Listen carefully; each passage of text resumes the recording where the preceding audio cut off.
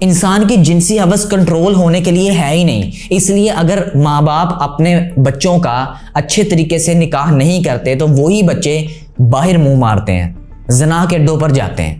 ایک حدیث میں ہے کہ کسی کے ہاں اگر بچہ پیدا ہو تو والدین کو چاہیے اس کا اچھا نام رکھے, اس کی اچھی تربیت کرے, اس کو اچھی تعلیم دے, اور جب وہی بچہ بلوغت کی عمر کو پہنچے تو اس کی شادی کر دینی چاہیے. اور اگر وہ بچہ بالغ ہو جائے اور والدین اس کی شادی نہ کریں تو وہی بچہ اگر گناہ میں مبتلا ہو جائے تو والدین بھی کسی نہ کسی حد تک اس کے اندر مبتلا ہوں گے. تعلیم مکمل کرنے سے لے کر شادی کو دنیا والوں کے لیے ایک بہت مثالی شادی بنانا, یہ تاخیر بچوں کے لیے بہت خطرناک ثابت ہو رہی ہے. بہت سے لوگ تو ایسے دیکھنے میں ملے ہیں کہ وہ ایسے ساتھی کے تلاش میں ہوتے ہیں کہ جن کے ساتھ سسر نہ ہو, جس کے بہن بھائی کم ہوں, فیملیز میں بہت گنے چنے سے لوگ ہوں. ہمیں بڑی فیملی والے لوگ نہیں چاہیے, ہمیں بس شارٹ سی فیملی والے چاہیے. اگر کوئی ہے تو وہ دکھاؤ. اور ایسی فیملی بڑی مشکل سے ملتی ہے, کئی سالوں بعد.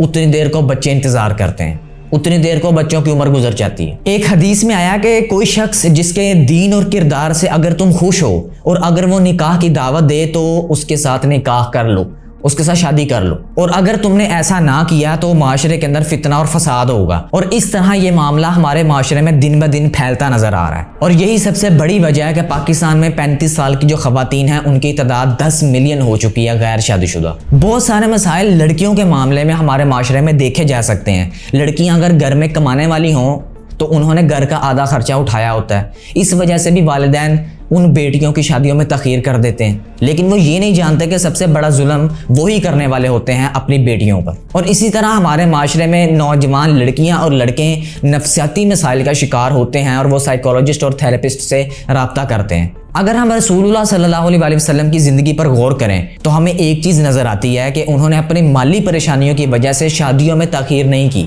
اور نہ ہی اپنے کسی ساتھی کو اس چیز کا مشورہ دیا, نہ کرنے دیا. پاکستان میں دوسری ذات ہونے کی وجہ سے والدین اپنے بیٹے اور بیٹیوں کی شادیوں میں بھی تاخیر کر دیتے ہیں.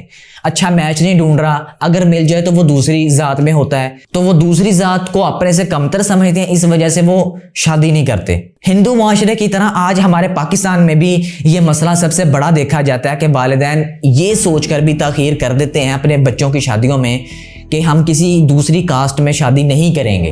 اقوام متحدہ کی ایک رپورٹ میں کہا گیا کہ جب والدین کو باہر سے رشتہ نہیں ملتا اپنی ذات میں تو والدین کزن سے شادی کروانے کو تیار ہو جاتے ہیں, اور جب کزن سے بھی مناسب میچ نہیں ہوتا تب والدین سوچتے ہیں کہ ہم کسی اور ذات میں کر لیتے ہیں. جتنی دیر کو یہ سارا پروسیس مکمل ہوتا ہے اتنی دیر کو کئی سال گزر چکے ہوتے ہیں. بہت سی سوسائٹیز میں جہیز کا جو رواج ہے وہ ایک بوجھ بن کے رہ گیا ہے. والدین غیر یقینی حد تک اتنا دباؤ اور اتنا پریشر اپنے اوپر ساری زندگی لیتے ہیں کہ اگر ہم نے اپنی بیٹی کو اچھا جہیز نہ دیا, ہم نے یہ چیز نہ دی, وہ چیز نہ دی, ہماری بیٹی اگلے گھر میں خوش نہیں رہے گی. اس لیے لڑکے والوں کی بے جا اور فضول ترین ڈیمانڈز کو پوری کرنے کے لیے بھی والدین اکثر پریشان ہمارے معاشرے میں نظر آتے ہیں. کچھ والدین تو اپنے اوپر قرضوں کا بوجھ اتنا زیادہ کر لیتے ہیں صرف جہیز دینے کی خاطر کہ سارے زندگی وہ جہیز کا جو قرضہ ہے وہی اتارنے میں لگا دیتے ہیں. بہت سی خواتین کی شادی میں تاخیر کی سب سے بڑی وجہ ایک یہ بھی ہے.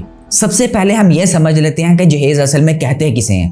جہیز کا جو کنسیپٹ ہے وہ رسول اللہ صلی اللہ علیہ وسلم کی طرف سے ہمیں حضرت فاطمہ رضی اللہ تعالی عنہا کو کچھ تحفے دینے کی صورت میں ملا کہ حضرت فاطمہ رضی اللہ تعالی عنہا کو ان کی شادی کے موقع پر آپ صلی اللہ علیہ وسلم نے کچھ تحائف دیے تھے, کچھ ضرورت کی چیزیں دی تھیں. لیکن آج ہمارے معاشرے میں اسی حدیث کا حوالہ دے کر چند تحائف کو اتنا بڑا بوجھ بنا لیا گیا. آج جب تک والدین جہیز کا پہلے سے انتظام نہیں کر لیتے تب تک وہ اپنی بیٹی کا رشتہ کرنے کو تیار نہیں ہوتے. کیا رسول اللہ صلی اللہ علیہ وسلم نے اپنی دوسری بیٹیوں کو بھی جہیز دیا تھا؟ کیا رسول اللہ صلی اللہ علیہ وسلم نے حضرت فاطمہ رضی اللہ تعالی عنہا کو جو چند تحائف دیے تھے کیا ہم ان کو جہیز کہہ سکتے ہیں؟ اصل میں جہیز دینے کا مقصد یہ تھا کہ بیٹی جو دوسرے گھر میں جا رہی ہے اس کی بنیادی ضروریات پوری کرنے کا تھوڑا سا سامان اس کو ساتھ دے دیا جائے. اسلام اس کو منع نہیں کرتا, لیکن بے بنیاد اور جو ٹرکوں کے ٹرک اور لڑکوں کی جو بے جا فرمائشیں ہیں ان کو پورا کرنے میں جو والدین پریشان ہوتے ہیں, اپنی ساری زندگی قرضوں کے بوجھ تلے گزار دیتے ہیں, اس کو اسلام نے حرام قرار دیا. حضرت فاطمہ رضی اللہ تعالی عنہا کے علاوہ آپ صلی اللہ علیہ وسلم کی دوسری بیٹیوں کو ایک بھی چیز دینے کی روایت ہمیں کہیں نہیں ملتی. تو مسئلہ یہ ہے ہمارے معاشرے کا کہ مطلب کی چیز ہم اپنے لیے استعمال کرتے ہیں لیکن جو مطلب کی نہیں ہم اسے استعمال نہیں کرتے. وہی والدین سود والے قرضوں کے بوجھ تلے دب جاتے ہیں کہ ان کی بیٹی کو حقارت کی نظر سے نہ دیکھا جائے، ان کی بیٹی ساری زندگی ڈپریشن میں نہ گزار دے کہ میرے والدین نے مجھے اگر کچھ دیا ہوتا تو آج میں سسرال کے تانے نہ سن رہی ہوتی۔ کتنا فائدہ ہوگا کہ اگر شادی کے موقع پر فضول خرچی سے گریز کیا جائے۔ اور یہ نصیحت نہ صرف مڈل کلاس فیملیز بلکہ اپر کلاس فیملیز پر بھی لاگو ہوتی ہے۔ سب سے زیادہ پیسہ upper class families, high standard کی جو فیملیز ہیں وہی ضائع کرتی ہیں۔